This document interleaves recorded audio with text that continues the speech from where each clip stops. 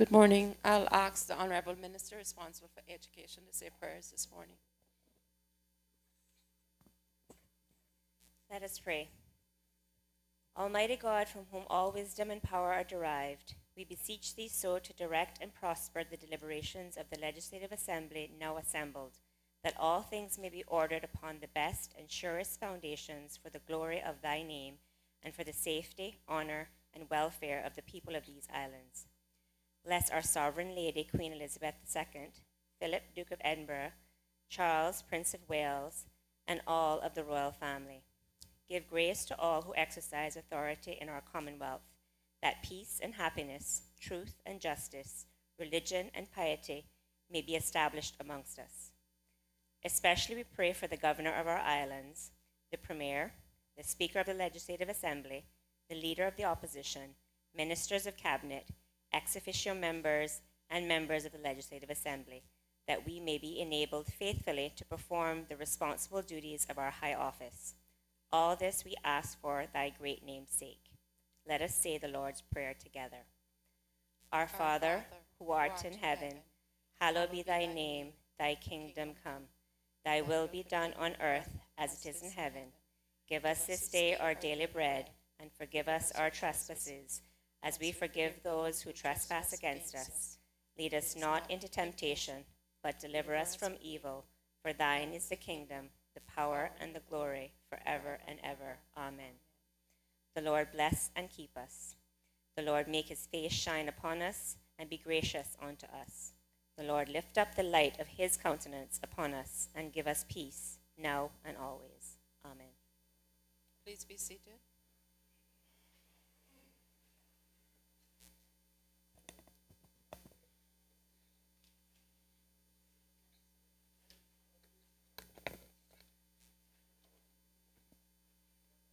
Administration of oaths or affirmations. None. Reading by the Honorable Speaker of Messages and Announcements. None. Presentation of petitions. None. Presentation of papers and of reports. None. Questions to Honorable Ministers and members of the Cabinet. The elected member for Northside to ask the Honorable Minister of Finance and Economic Development. Question number 40. I recognize the Honorable Member from the District of Northside. Thank you, Madam Speaker. Madam Speaker, I beg to ask the Honorable Minister of Finance and Economic Development the following question standing in my name. Can the Honorable Minister say if government is giving any consideration to extending the insurance coverage provided by the Cayman Islands National Insurance Company beyond the Health Services Authority? Recognize the Honorable Minister responsible for Finance. Thank you, Madam Speaker. Madam Speaker, the government has given consideration to extending the insurance coverage provided by the Cayman Islands National Insurance Company, otherwise known as CINICO, beyond the Health Services Authority, otherwise known as the HSA. In July 2014, the Minister for Finance and Economic Development, along with the then Minister for Health, the Honorable Osborne Bodden, formed the Healthcare Cost Reduction Committee to review the issues that were driving the government's healthcare costs and to make recommendations on how the government should reduce those costs. Madam Speaker, the government currently covers the health insurance premium costs and other medical costs for civil servants, civil service pensioners, seamen, and veterans, and indigents, and the cost of health care for the government has risen steadily over the years. The government's health care costs have increased by 2.6% from a budgeted CI $103.8 million in 2014-15 budget to CI $106.6 million in 2015-16 budget. The government's health care costs account for approximately 20% of the government's operating expenses. Madam Speaker, part of the health care cost reduction committee's discussion included choice of medical providers, where civil servants, civil service pensioners, seamen, veterans, and other members covered by Synico would have the choice of going to private sector medical providers in order to receive medical services. Offering choice of medical providers, Madam Speaker, however, will increase the government's health insurance premiums and more than likely reduce the usage and service of the HSA. With choice of medical providers, Madam Speaker, the government will not be able to sustain or afford to pay the expected increase in the cost of health insurance premiums on its own. This would require further consultation and consideration by the government and stakeholders with respect to copay. It should be noted, Madam Speaker, that patients who visit the HSA are referred to private sector medical providers if the HSA cannot provide the required medical services. Thank you.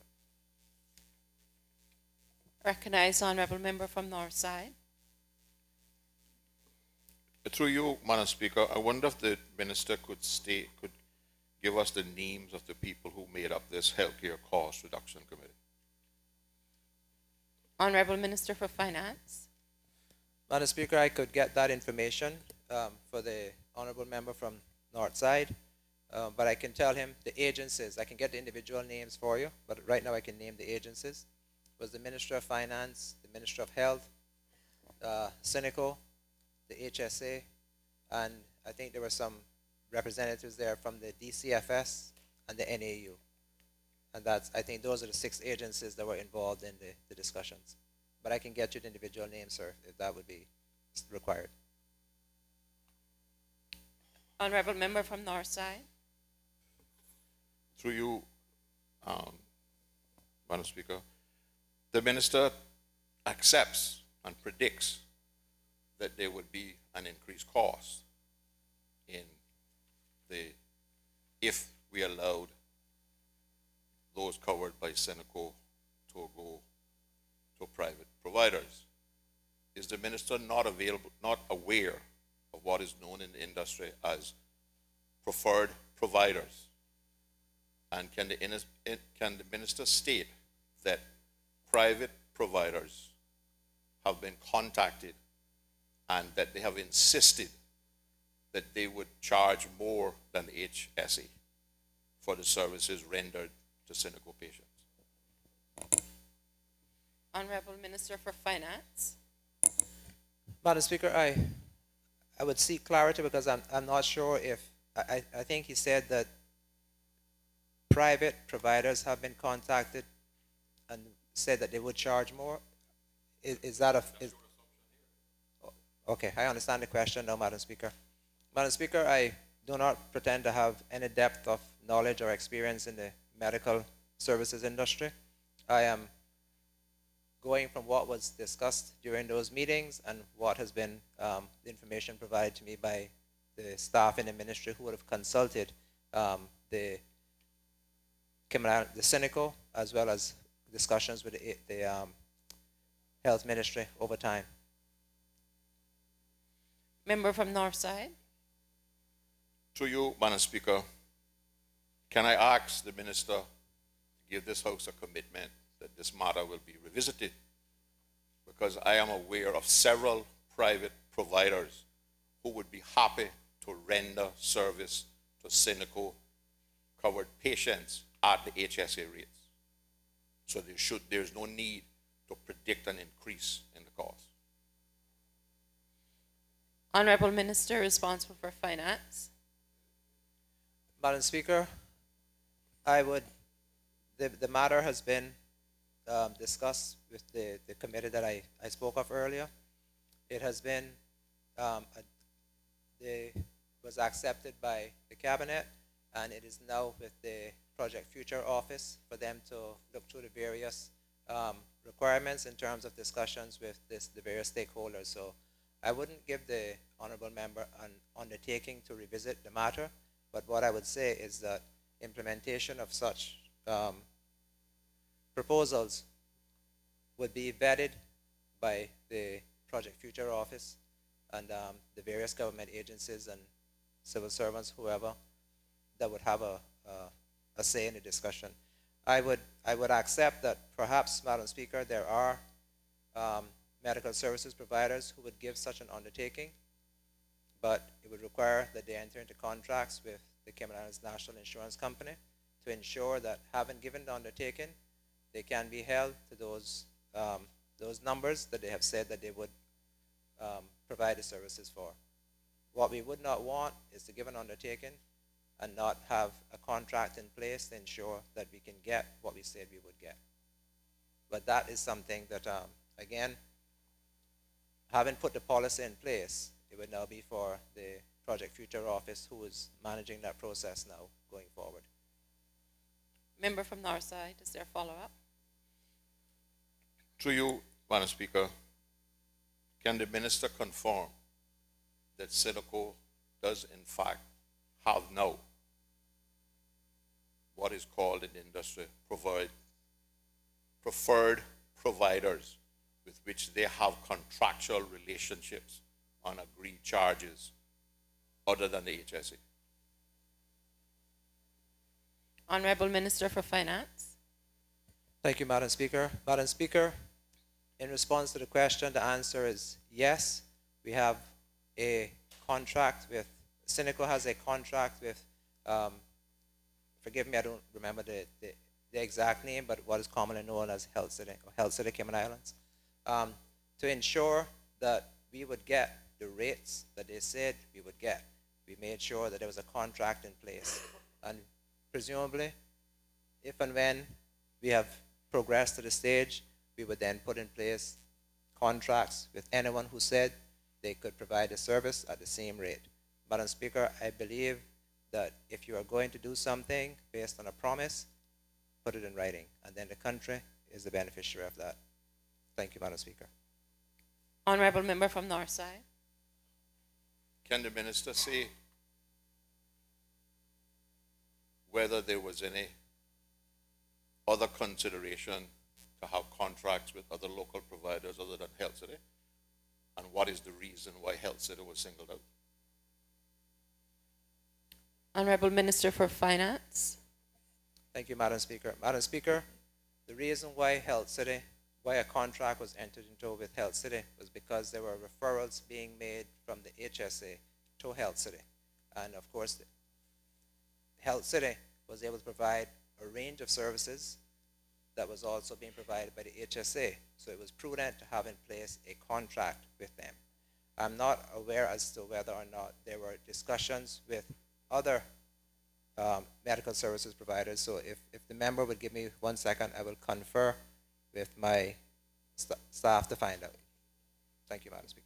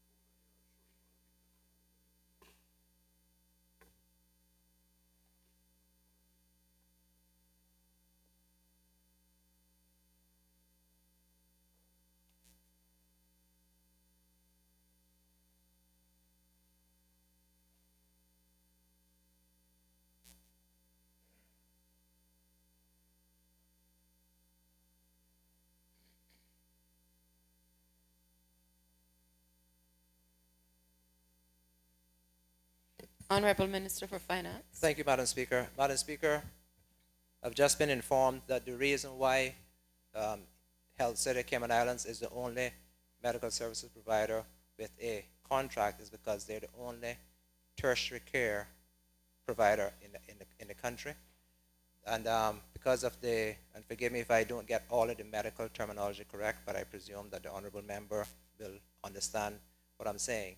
Because of the rates, the DRGs, and so on and so forth, and they were offering a discount, we wanted to ensure that whatever was said verbally was put in a contract that the government and the country would then benefit from it. As to why there isn't a contract with other medical services providers on the island, Madam Speaker, they're either primary or secondary care, which is what the HSA provides, and the volume of business to those other services providers, medical service providers, wasn't sufficient enough that warranted a contract with them, and also the fact that the standard health insurance fees also mandate what they can charge. So that is the reason, Madam Speaker, as to why there's a contract with Health City and no contract with Health City. There's a tertiary level care provider and no contract with the other primary and secondary health care providers outside of the HSA. Member from Northside, I allow 2 more supplementaries. I've just given you 5, sir. Can the minister confirm that the only services included with the contract with Health City are tertiary care services? No primary and no secondary cases is included in that contract with Health City.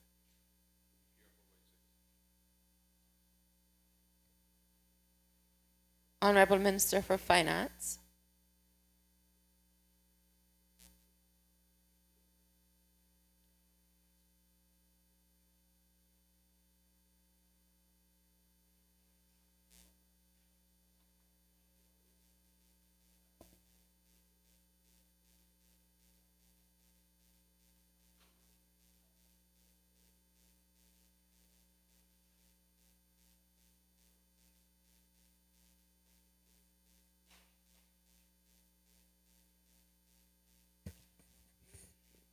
Thank you, Madam Speaker.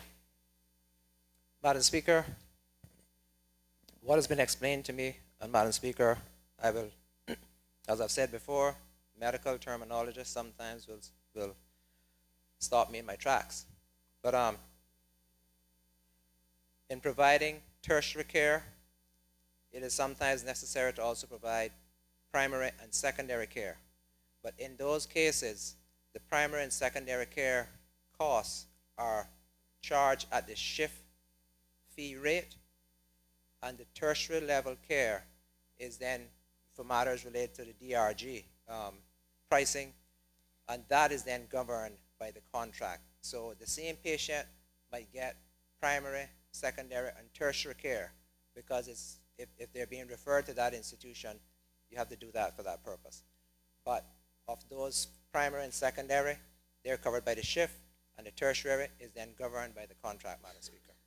But it would only be necessary to do primary and secondary in conjunction with the tertiary care. Last supplementary from the member from Northside.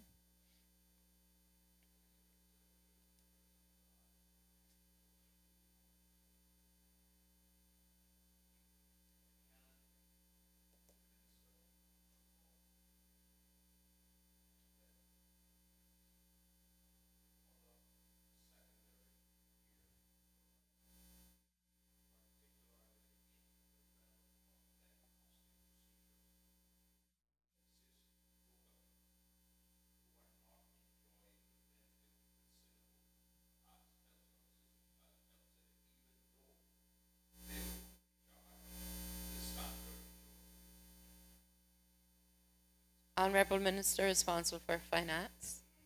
Madam Speaker, I beg your indulgence to speak as my staff. Thank you.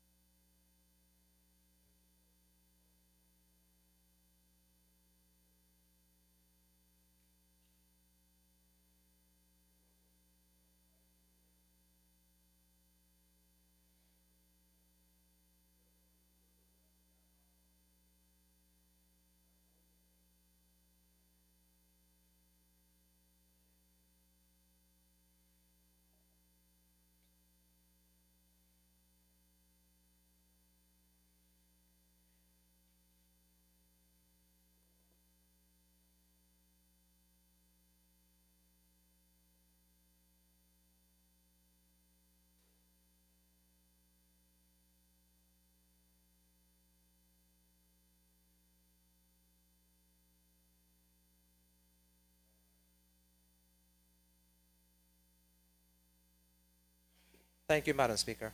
Madam Speaker, the answer is yes. There are other medical services providers who are able to provide secondary care, but when the chief medical officer and the CMO, or when the physician and the CMO is making the referral, they would decide that if the secondary medical services provider can only do a diagnostic, it is more efficient to send the patient to the health services provider who can do both the secondary care diagnosis and the tertiary care treatment. So that is the reason why they're being sent to the Health City Cayman Islands as opposed to another secondary care provider who can only make the diagnosis, and in the end, they still then have to be sent to the tertiary care provider. Thank you, Madam Speaker. Member from Eastern, will you give way to the Yes, member Madam from Eastern? Member from Northside. Through you, Madam Speaker, the minister says that the copay, I assume, possibility for civil servants has been referred to Project Future. How does the minister expect to get acceptance of copay from civil servants who don't currently pay if he doesn't allow choice of provider at HSA rates? Before calling on the Minister of Finance, I recognize the Honorable Premier to move the suspension of Standing Order 23, 7, and 8.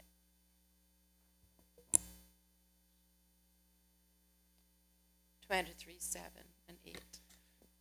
Thank you, Madam Speaker. Madam Speaker, I beg to move the suspension of Standing Order 23, 7, and 8 in order that parliamentary questions may continue to be asked and answered after the hour of 11 o'clock. The question is that Standing Order 23, 7, and 8 be hereby suspended to allow question time to continue beyond the hour of 11 a.m. All those in favor, please say aye. Aye. Those against, no. The ayes have it.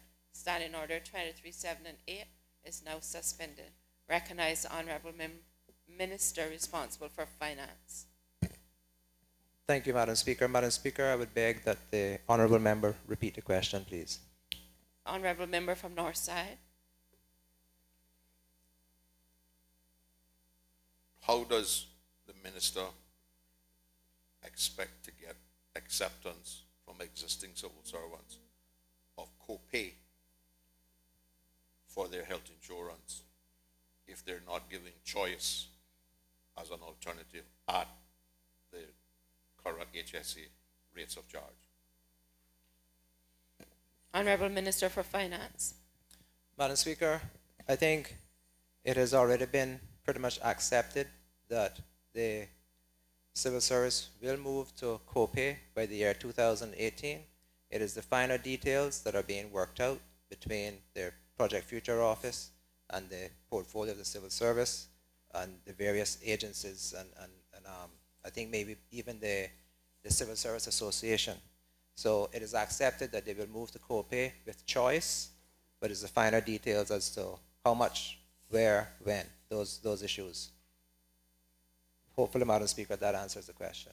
I don't have all the details here, but it is a given. The Honorable Deputy Governor made a statement, I think it was sometime last year in the House, that we will be progressing to that by 2018.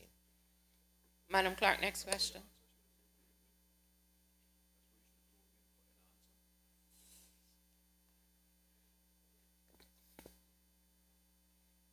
The elected member for Northside to ask the Honourable Premier, Minister of Home Affairs, Health and Culture, question number 41. Recognize the Honorable Member from the District of Northside. Thank you, Madam Speaker. Madam Speaker, I beg to ask the Honorable Premier, Minister of Home Affairs, Health and Culture the following question standing in my name. Can the Honorable Minister say how clinical quality is established and monitored at the Cayman Islands Health Services Authority? Recognize the Honorable Premier. Thank you, Madam Speaker. The answer. Clinical quality is established by structure, process, and outcome standards across the professions and departments or sections. All standards are set to meet international indices for practice according to current evidence. There is a subcommittee of the board, the clinical subcommittee, comprised of physician heads of department, chaired by the chairman of the board, that is established, with one of its goals being to conduct internal audits and peer reviews to improve clinical outcomes. Clinical quality is monitored for staff and privileged physicians.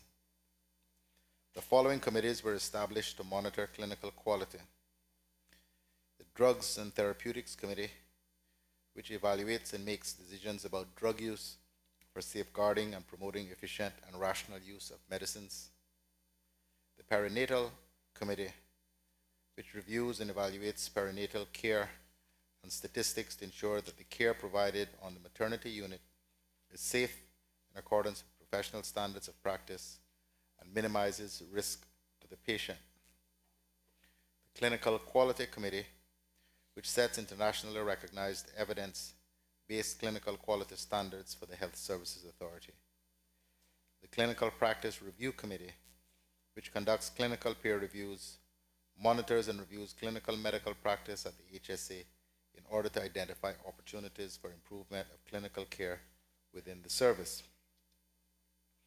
In addition, there are risk management, quality assurance, infection control, and occupational health and safety programs in place to develop, implement, and monitor the operational aspects of safety and quality in all HSA facilities. Monitoring is done monthly, quarterly, and annually through a reporting structure using benchmarks with hospitals of similar size. The following are areas looked at: untoward or unexpected incidents and near misses, medication errors, patient falls, complaints, employee accidents or injuries, hospital-acquired infection. The Quality and Risk Management Program covers all potential sources of risk within the organization. Although the main focus is on medical and professional liability, other categories of risk are equally important. The following are the committees established to inform practice and monitor patient safety and outcomes: the Infection Control Committee, the Health and Safety Committee, the Code Blue Committee, the Patient Safety and Quality Improvement Committee, the Patient Services Committee, and the Policy Oversight Committee. If there are no supplementaries, member from Northside. Thank you, Madam Speaker. Madam Speaker, the Minister refers in his answer to the subcommittee of the board, clinical subcommittee, comprising of physician heads of departments chaired by the chairman of the board, and is established with one of its goals being to conduct internal audits and peer reviews. Can the minister say how many internal audits and peer reviews were conducted over the last year? Honorable Premier. Madam Speaker, I crave your indulgence to confer with my chief. Certainly.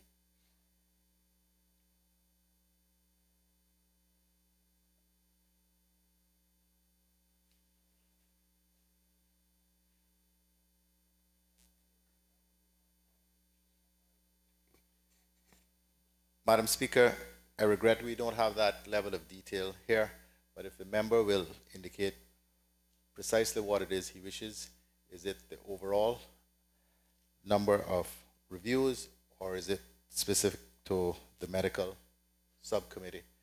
I will undertake to have that information provided to him. Member from Northside. To you, Madam Speaker, I thank the minister for the undertaking. What I want to know is how many internal audits and peer reviews were conducted by this clinical subcommittee during the calendar year 2015? And a follow-up question would be, does this clinical subcommittee have the ability to co-opt experts in particular medical specialties to review particular cases? And is that a normal occurrence or?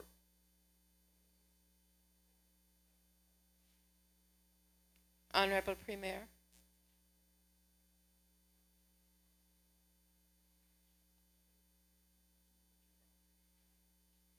Thank you, Madam Speaker. Madam Speaker, it is quite possible and permissible for the board to, or the committee to co-opt the necessary expertise to assist with these reviews. But again, we don't have here the detail in relation to how many occasions, on how many occasions this has actually occurred. If the member wants that level of detail, we shall seek to obtain it for him. Member from Northside. Yes, Madam Speaker, I need the level of detail to have the assurance that these things are actually happening.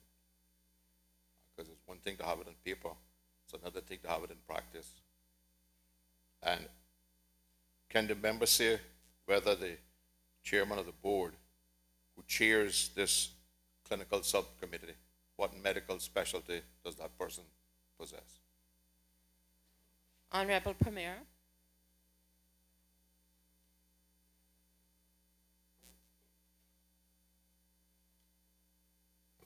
Madam Speaker, as I expect the member already knows, the chairman of the HSA is not a medical professional. It is Mr. Jonathan Tibbetts, who I think is generally well known. So he would not have any medical specialties. If there are no further supplementaries, we move on to the next question.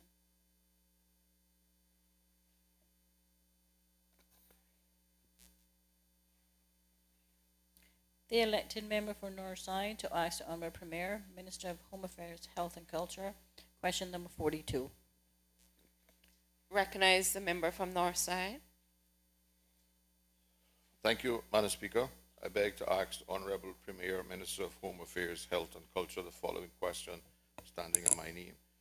Can the Honourable Minister say what percentage of births at the Cayman Islands Health Service Authority are by cesarean section, and how does this ratio compare to international standards?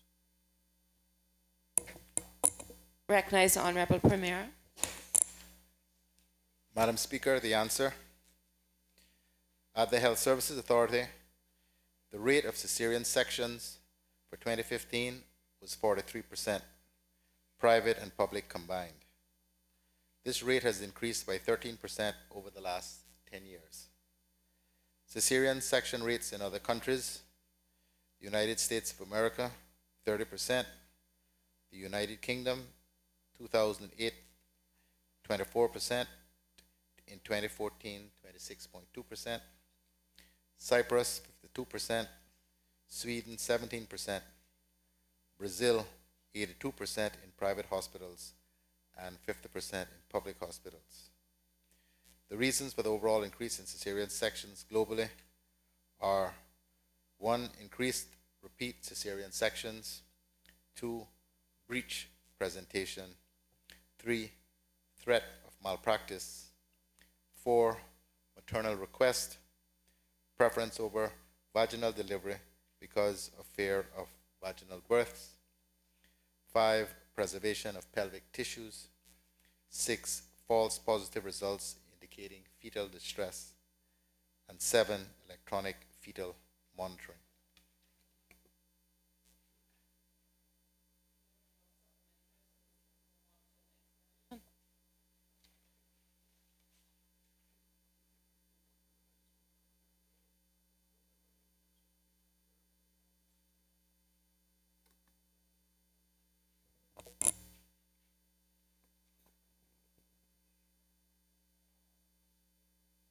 The Honourable Leader of the Opposition, the first elected member for West Bay, to ask the Honourable Minister of Financial Services, Commerce and Environment, question number 43.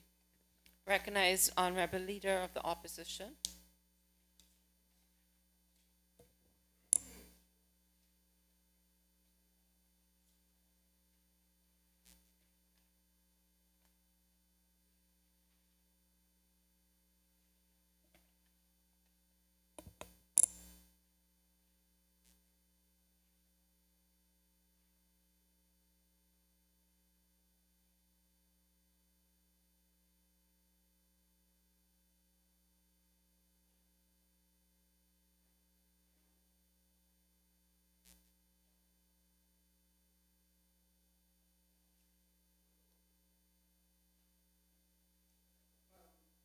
Speaker, I would wish to move this question to another day.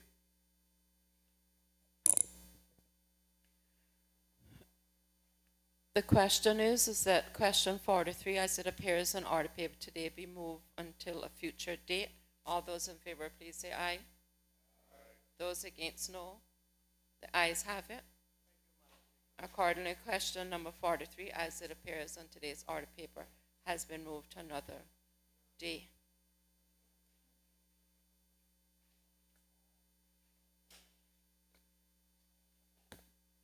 The elected member from East End to ask the Honorable Minister of Financial Services, Commerce and Environment, question number 44.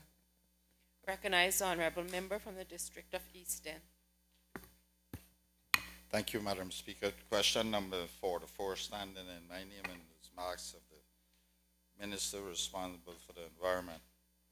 Can the Honorable Minister say if there has been any proposals to ban the taking of additional species of fish from Cayman waters? If so, what species? Honorable Minister responsible for financial services. Thank you, Madam Speaker. Madam Speaker, the short answer is no. There are no proposals for an outright ban on the taking of any species of fish. The only species which have a total prohibition on take are those listed in Part 1 of Schedule 1 of the National Conservation Law. These are namely Goliath grouper, which is currently on the IUCN Red List as critically endangered, tilefish, filefish, and angelfish, which were previously protected under the Marine Conservation Law, and shark and rays, which are important commercially, as well as important top predators in our marine ecosystem. Ongoing studies continue to show us that many species of sharks and rays are not as abundant in local waters as previously believed. All other species are managed through a combination of size limits, that is, all fish caught must be 8 inches or larger, subject to 12 inches or larger for Nassau grouper, catch limits which apply to spearfishing only, gear restrictions or regulations, for example, no taking of anything while on scuba and spear gun and fish spot licensing, closed seasons for certain species such as the Nassau grouper during its spawning season, and certain protected area, for example, no fishing in marine park zones and environmental zone, and no fishing in grouper spawning areas during the spawning season. The proposals for an enhanced system of marine parks propose the creation of marine protected areas where the take of any species would be prohibited. The provisions for the protection of Nassau grouper under the new National Conservation of Species regulations include a prohibition on the take of Nassau grouper anywhere in Cayman waters during the spawning season from December through the end of April each year. Thank you, Madam Speaker. Recognize a member from East End. Thank you, Madam Speaker. Madam Speaker, I wonder if the Minister can tell us how the studies are being conducted to show that species of sharks and rays are not as abundant in local waters as previously believed.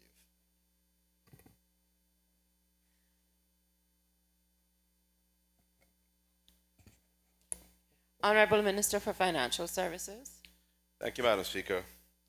Madam Speaker, I don't have the specific information. In response to the question, I can certainly obtain it.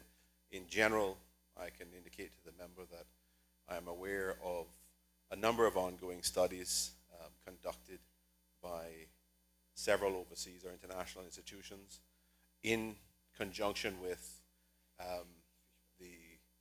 I think it's called the Guy Harvey Ocean Foundation or something to that effect. And they have been both assessing periodically the population of stingrays as well as sharks. And in fact, Madam Speaker, I think over the last several years in particular, the Guy Harvey Ocean Foundation has been involved in the assessing of the local population of oceanic white tips, for example. So those are the types of programs that I'm aware of. I can certainly seek to provide a more fulsome answer in writing to the member. Thank you. Honorable member from Easton. Madam Speaker, I appreciate that gesture by the minister to provide more detail of that specific program that is being done. Madam Speaker, it is highly rumored, and I understand that it is rumored that the government was considering partial ban or whatever, or restrictions on the taking of snappers, particularly mutton snappers and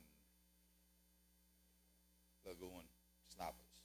We know what we're talking. And I understand the answer, Madam Speaker, but is there any truth to those rumors? Because they're coming from certain quarters that seem to have a little more authority over control than the DOE.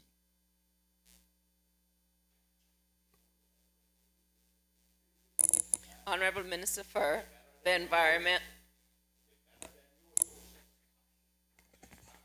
Thank you, Madam Speaker. Madam Speaker, I can indicate to the member from East End that at present the government is not considering any such restrictions or limitations on the take.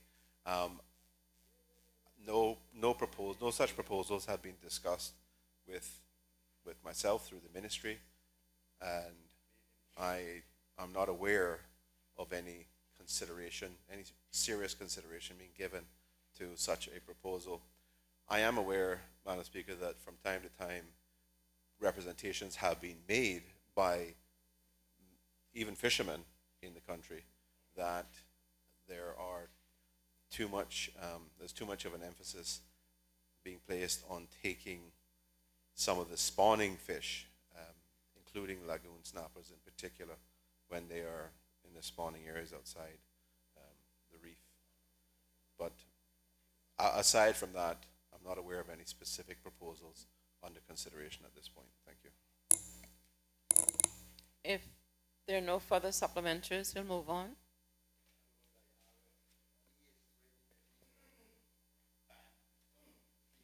Statements by honorable members and ministers of cabinet. Recognize the Honorable Minister responsible for Education.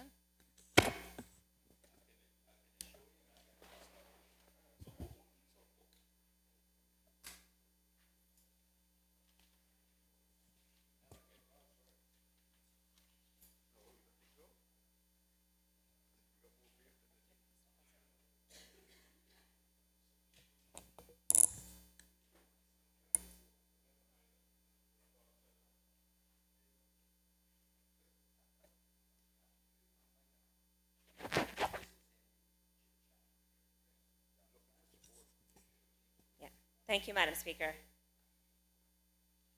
Madam Speaker, I rise today to make a statement in relation to the government's passage and implementation of the Labour National Minimum Basic Wage Order 2016, which became effective on the 1st of March 2016. Madam Speaker, although significant legislative reform is currently underway as it relates to the labour law, the government took the decision to implement a national minimum wage by way of an order from Cabinet in accordance with Section 20 of the current Labour Law 2011 revision. Madam Speaker, at this time last year, I had the pleasure of presenting to the members of this Honourable House a report on establishing a minimum wage regime in the Cayman Islands, which was completed by the Minimum Wage Advisory Committee. It was also around this time last year, in May 2015, in which the Premier, the Honourable Alden McLaughlin Jr., first announced the government's intention to implement a minimum wage regime on the 1st of March 2016, in order to give the community 9 months prior notice of its implementation. Madam Speaker, over the last 30 years, and indeed the past 15 years in particular, there has been various national discussions. There's been much talk, Madam Speaker, around the issue of a minimum wage or a lack thereof in the Cayman Islands. Yet, Madam Speaker, the provisions to establish a minimum wage have existed in the labour law since the law was first enacted in 1987. I am therefore pleased, Madam Speaker, to stand before the members of this Honourable House and say that this coalition government has achieved this historic milestone, and we now have a national minimum wage operational in the Cayman Islands today. The Labour National Minimum Wage Order 2016 speaks specifically to how the minimum wage regime works, how it should be applied for employees under a registered gratuity scheme, how it affects live-in domestic employees, and how employers should compensate employers who are working on a commission basis. For the benefit of the record, Madam Speaker, the Labour National Minimum Basic Wage Order 2016 includes the following pertinent provisions. The minimum wage payable to all employees is CI $6 per hour gross, except for those service employees of an employer who has a gratuity scheme in place that has been approved in writing by the Director of Labour and Pensions. Any employer who has a gratuity scheme in place that has been approved in writing by the Director of Labour and Pensions must pay service employees a minimum of CI $4.50 per hour gross directly from the employer. Any employer with a live-in household employee is allowed no more than CI $1.50 per hour as an in-kind credit for providing accommodations and utilities for the employee. This means the employee shall be paid a minimum of CI $4.50 per hour gross in monetary compensation. Any employer with employees working on a commission basis may use no more than CI $1.50 per hour to be allocated from the commission earned by the employee to be put towards making the national minimum basic wage of that employee. That is, Madam Speaker, the employees must be paid a minimum of CI $4.50 per hour gross directly from the employer. It should be noted, however, that including commissions in the computation of the wages of an employee must not prevent the employee from receiving all commissions earned. The minimum wage payable is applicable to every hour worked within a standard work week or standard work day, depending on the defined pay period. No employee, including service employees, live-in household domestics, and commission-based employees, must receive less than their respective national minimum basic wage when the employer calculates their sick, vacation, maternity, or other applicable leave.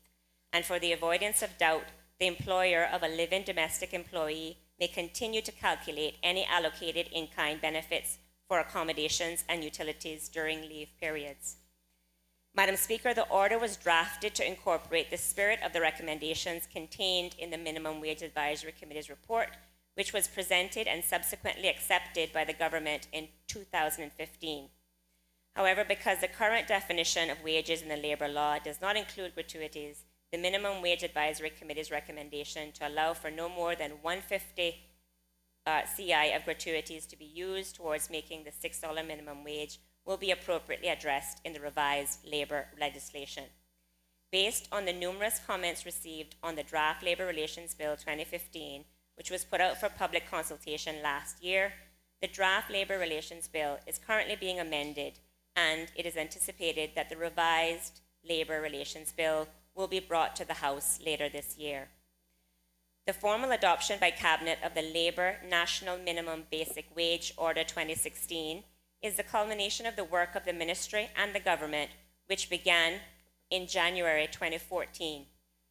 Madam Speaker, I would like to take this opportunity to again express my sincerest gratitude on behalf of the Ministry and the Government to the members of the Minimum Wage Advisory Committee for bringing our country to this historic occasion.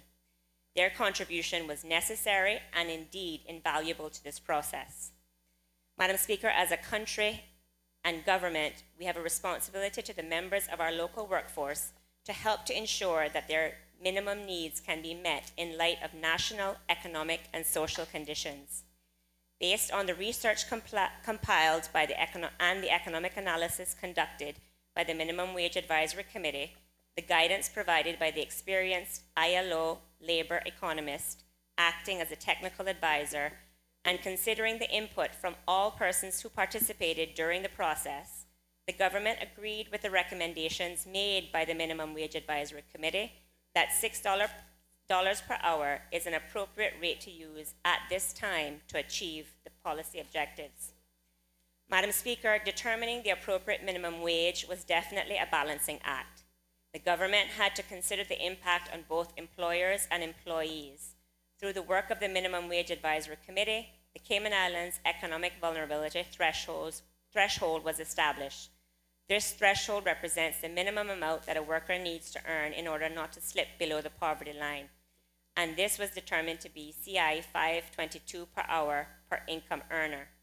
Keeping in mind that the policy objectives of the national minimum wage was to address exploitation and to provide real relief to the lowest paid workers, we obviously did not want to set the wage below the CI economic vulnerability threshold figure.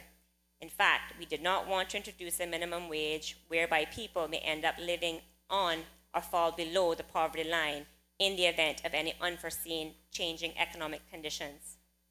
However, Madam Speaker, at the same time, we did not want to put employers in some industries in a position where they could not afford to hire workers because the minimum wage was too high. Therefore, it was determined that $6 per hour is a reasonable minimum wage at this time given those considerations. The truth is that for many of the low-wage employees in the Cayman Islands, the new minimum wage will actually mean an increase in salary, and this means they will be better equipped financially to provide for themselves and their families. According to the Minimum Wage Advisory Committee's report, the CI $6 per hour minimum wage would directly benefit an estimated 5,962 employed persons, or 15.8% of the entire employed labor force in the Cayman Islands. 3,362 are considered business employees, 2,600 are considered household employees, 1,524, or 25.6%, are Caymanian, and 4,438, or 74.4%, are non-Caymanians, which includes, Madam Speaker, persons married to Caymanians as well as permanent residents. Madam Speaker, as a country, we cannot continue to facilitate the importation or perpetuation of poverty in our society, and this is one way in which the government has chosen to address this issue. The national minimum basic wage represents the lowest acceptable wage that an employee should earn in exchange for his or her labor in the Cayman Islands. But, Madam Speaker, it does not necessarily represent the ideal or appropriate wage for some jobs or industries. The minimum wage is the absolute wage floor in which employers and employees can, by law, agree to. However, Madam Speaker, the parties are free to and should negotiate for higher wages and compensation that are reasonable given the economic conditions, the nature of the job, the industry standards, etc. Madam Speaker, I am pleased to report to this Honourable House that since the implementation of the National Minimum Basic Wage Order last month, the Ministry and the Department of Labour and Pensions embarked on a massive public education campaign in order to inform employers and employees about their responsibilities and rights under this new regime. In addition to appearing on various radio and talk shows to educate the general public, the Ministry and the Department of Labour and Pensions have also produced a brochure containing frequently asked questions related to the minimum wage. Madam Speaker, this brochure, along with the Labour National Minimum Basic Wage Order 2016, is available on the Ministry's website at www.education.gov.ky and the Department of Labour and Pensions website. Madam Speaker, I am also pleased to say that the government is about to launch another public service in regards to the minimum wage through the introduction of a minimum wage calculator. The Department of Labour and Pension will be providing the minimum wage calculator for general, illustrative, and informational purposes only, as it is meant to assist persons in determining if they are being paid wages in accordance with the Labour National Minimum Basic Wage Order 2016. The minimum wage calculator will be housed on the Department of Labor and Pensions website, that is www.dlp.gov.ky, which is scheduled to launch by the second week of May 2016. In an effort to be proactive with the enforcement of the minimum wage order, the Department of Labor and Pensions, the agency responsible for enforcing labor legislation and regulations, will have conducted approximately 21 minimum wage inspections in April 2016, not including gratuities inspections, which will also include components on minimum wage inspections. While to date the DLP has fielded many calls from persons seeking information on the minimum wage regime, there have been no confirmed breaches against the order as yet, nor any tips received on the confidential tip line. As part of its inspections work, the department will continue to remind employers of their obligations to comply with the order and continue to incorporate minimum wage inspections within its audit work. Additionally, Madam Speaker, it would be remiss of me not to mention the Department of Labor and Pensions enforcement of the minimum wage order is also being assisted with the collaborative efforts and information sharing with other government departments such as the Immigration Department and the National Workforce Development Agency. I would also like to take this opportunity to inform and encourage members of the listening audience that they can assist the Department of Labor and Pensions enforcement efforts by utilizing the department's confidential tip line, that is 945-3073, to report employers who are not paying employees the national minimum basic wage or who are committing other breaches of the labor law. Madam Speaker, while we can proudly say that this coalition government has achieved a monumental goal of implementing a minimum wage regime in the Cayman Islands, the first of its kind for many decades, we know that this is not the end, but just the beginning. In order to ensure that having a minimum wage is meeting the needs of the country and the stated policy objectives of the government, it is expected that the national minimum basic wage will be studied and reviewed by technical experts and future minimum wage advisory committees on a regular and intermittent basis going forward.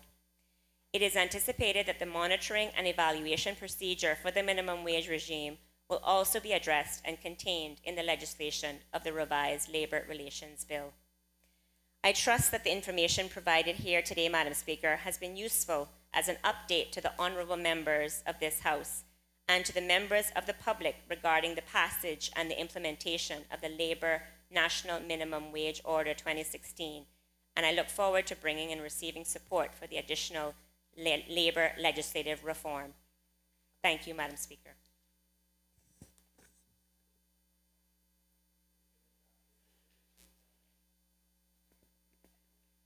Personal explanations, None. obituary and other ceremonial speeches, None. raising of matter of privileges, None. other business, private member motions, private member motion number 15 of 2015-16, Siemens monetary grant to be moved by the honorable leader of the opposition, the first elected member for West Bay. I recognize the honorable leader of the opposition.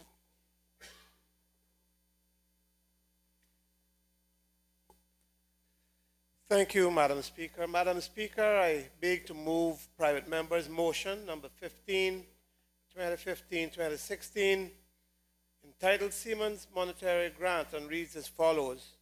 Whereas the Siemens Monetary Grant and other benefits that are given to former seamen of the Cayman Islands is currently extended to their spouses upon the death of the seaman, and whereas there is evidence of the need of handicapped persons who are the children of deceased former seamen, and whereas upon the death of the spouse of former seamen, their handicapped children do not receive the monetary grant or any benefits. Be it now therefore resolved that government considers extending the grant and any benefits to the handicapped children of deceased former seamen.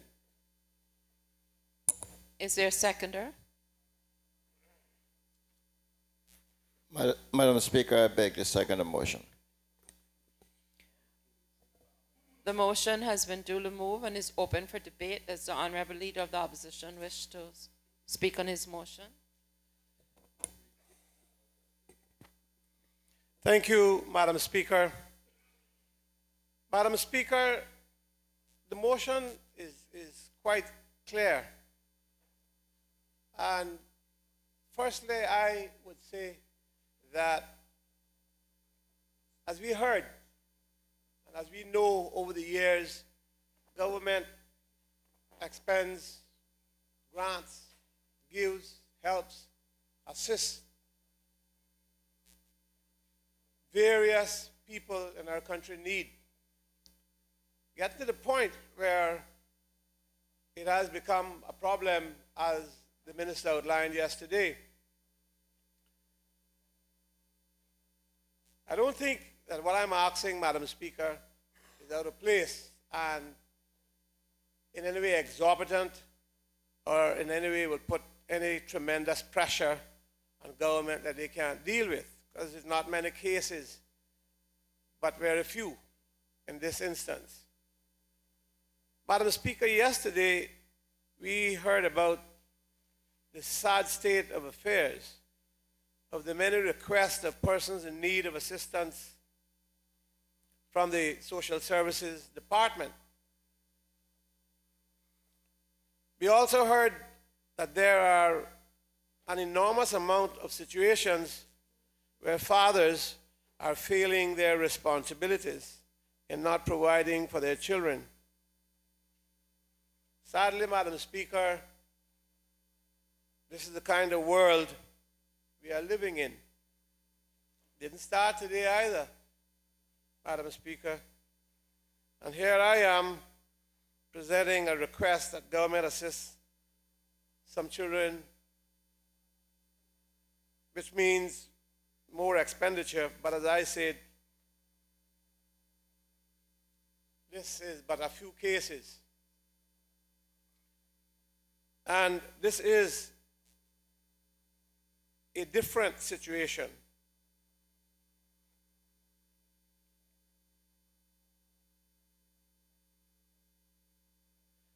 Madam Speaker, thankfully, in spite of negligence, we can still laud fatherhood in many instances in our country. Thank God, Madam Speaker, that while the bad people, the bad fathers get the publicity all the time, we do have a tremendous amount of good fathers who take care of their children, those in wedlock and those not in wedlock. There are good fathers who do so. I encourage and praise those, especially young fathers, when I can, in church or in the community, whom I see doing so much for their children, paying attention to their needs. In school, taking them to their sporting events, fishing, their leisure time, spending quality time with them. Thank God I can say today I have one son, and I'm proud of my son, whom I observe with his two sons, and I'm glad and eager to get involved as a grandparent and do anything I can to help him and encourage him. I know of others as well. I observe, Madam Speaker, I know my colleague, the first member from Borden Town, takes more than a keen interest with his sons. I remember when they were in primary school, and the other children of that age group, and he used to take them around in his truck to the sporting events. And I know that his sons now grown up. They take seriously their responsibility as fathers. As I said, there are many others who take responsibility as fathers. Madam Speaker, So, as fathers ourselves, we are not only proud to do whatever we can to help our sons fulfill their responsibility, but we feel it is our responsibility too as grandparents. It gives me, Madam Speaker, much joy when they are in my house and I can go somewhere with them and see them enjoy themselves. Just to see them smiling about a new pair of sneakers, or how they can compete with each other, because children do that. It brings joy to my heart. Waking up in the morning, Madam Speaker, and hear them say, "Good morning, Papa." Well, I thought some years ago I wouldn't enjoy that so much, being called that so early. But believe you me, it is a joy. It is a joy. Madam Speaker, songwriters help us to enjoy them. And they wrote, one did, Cushing wrote, when he cometh to make up his jewels, all his jewels, precious jewels, his love and his own. And I hear it this morning, remembering as my mother blew out the lamp. This was one of the songs she would sing to us. Like the stars of the morning, his bright crown adorning, they shall shine in their beauty, bright gems for his crown. Who was he talking about? Our children. Our children. And I think back that I'm one of those that give God so much thanks. I had a mother who was all that to me as a son, and more. She was both my mother and father. But it's, Madam Speaker, early in losing her, so I better stop here lest I lose my composure. But alas, Madam Speaker, we live in a different world from the one I even grew up in, being a boy of 10 in the 60s. It's a difficult world we live in. Madam Speaker, I would hope that government will understand the need our motion underscores. These are not a lot of cases, but the need is there in a few cases where deceased seaman left to his spouse has deceased, and has left handicapped children who are struggling even with what help family can and do give. And all we are asking is that we extend that benefit, which stops after the seaman has deceased or his spouse has deceased, give that benefit to them. 500 to 2 adult handicapped children is $250 per person per month. That can't go far in today's economy, but it will help by adding to what any family member might do. Those dear souls, Madam Speaker, most times can't help themselves, and sometimes government is giving, sometimes they're not, just to say. But they can't help. Light bills are very high, still in their circumstances, and other costs all add up, Madam Speaker, to a situation where what family can do to keep up a house, and we often have to look at that, and oftentimes is old and has to be repaired over and over and often again.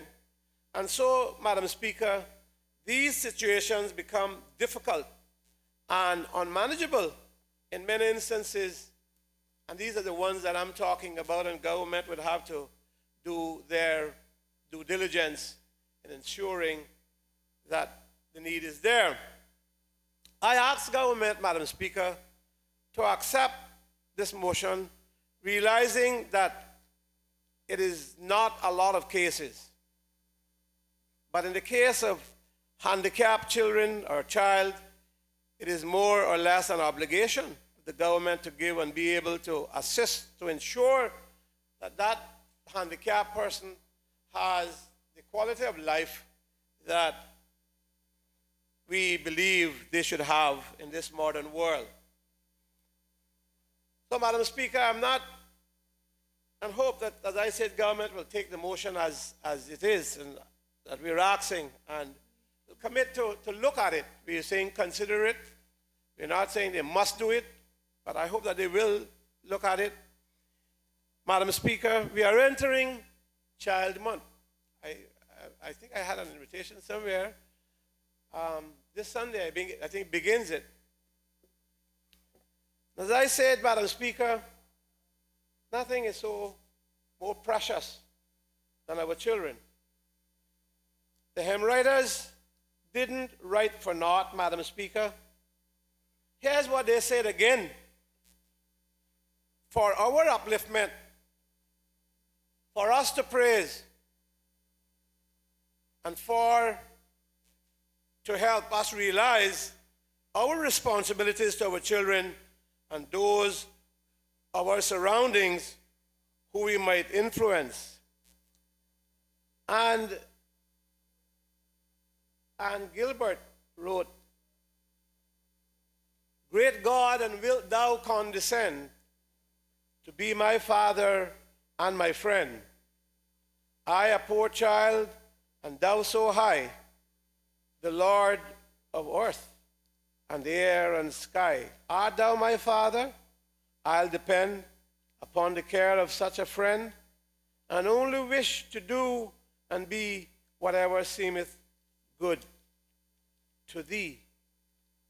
I know some of us here will recognize some of these, Madam Speaker, because I know some parents would have thought, and I know some who went to Sunday school would have heard these in their time in attending Sunday school. Father, our children keep.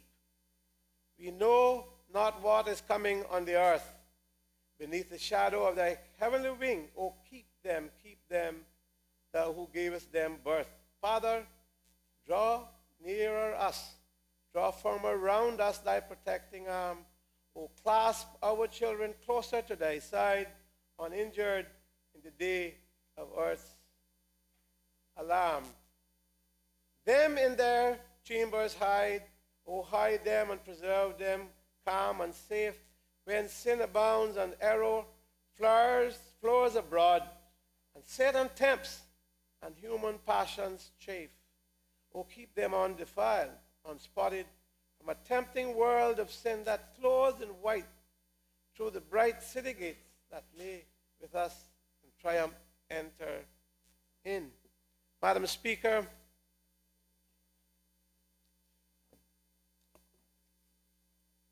the next hymn writer wrote, Jesus, friend of little children, be a friend to me. Take my hand and ever keep me close to thee. Another one wrote, Jesus, tender shepherd, hear me, bless thy little lamb tonight. Through the darkness be thou near me, watch my sleep till morning light. Loving shepherd of thy sheep, keep me, Lord, in safety keep. Nothing can thy power withstand. None can pluck me from my Savior's hand. Loving shepherd, thou didst give thine own life that I might live. May I love thee day by day. Gladly thy sweet will obey. Madam Speaker, as I said, the hymn writers didn't write for naught. Not just for poetry, prose. But it did give us upliftment,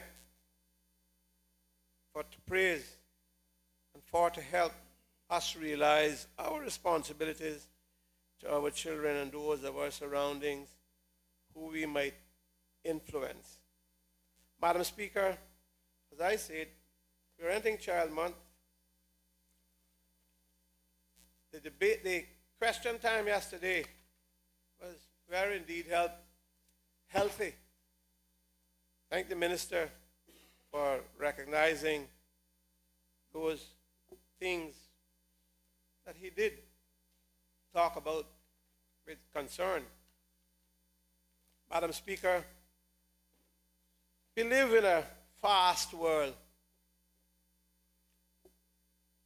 Many of us are called upon as legislators to give till we can't give anymore.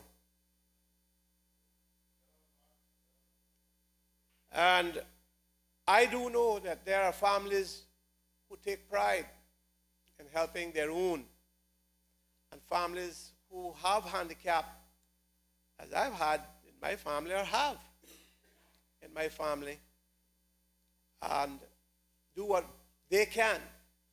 Some of them stay home from work, make it a life duty to care for invalid brothers and sisters. I know that throughout the island, not just in my family.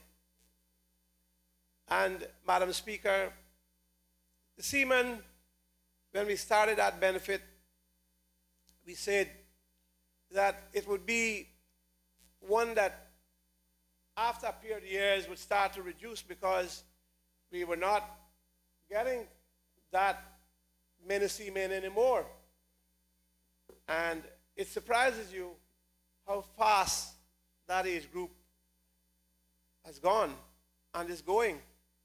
On whole streets in my district, Madam Speaker, you look, and home after home after home, families are gone. And some houses are there either for rent or shut down altogether. Family keeps it up just for the love of parents.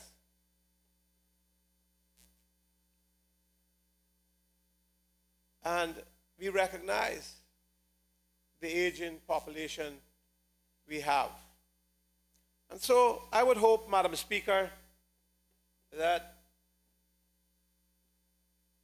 government would accept this, consider it, see just how many. I doubt that would be that many. Might not be 10. But I know of cases, and the cases that family cannot help anymore. Representatives, as I say, all of us know how much we give monetarily. We neglect our own. And people don't know this when they criticize us, Madam Speaker. We neglect our own selves to help, to hand out, to give. People don't realize it. But I know, because I've been here long enough, and it's not just been this group, others as well. Give and give until it hurts. Thank you, Madam Speaker. At this time, we'll take the luncheon break as opposed to the morning break because lunch has arrived, so we reconvene at 1:30 p.m.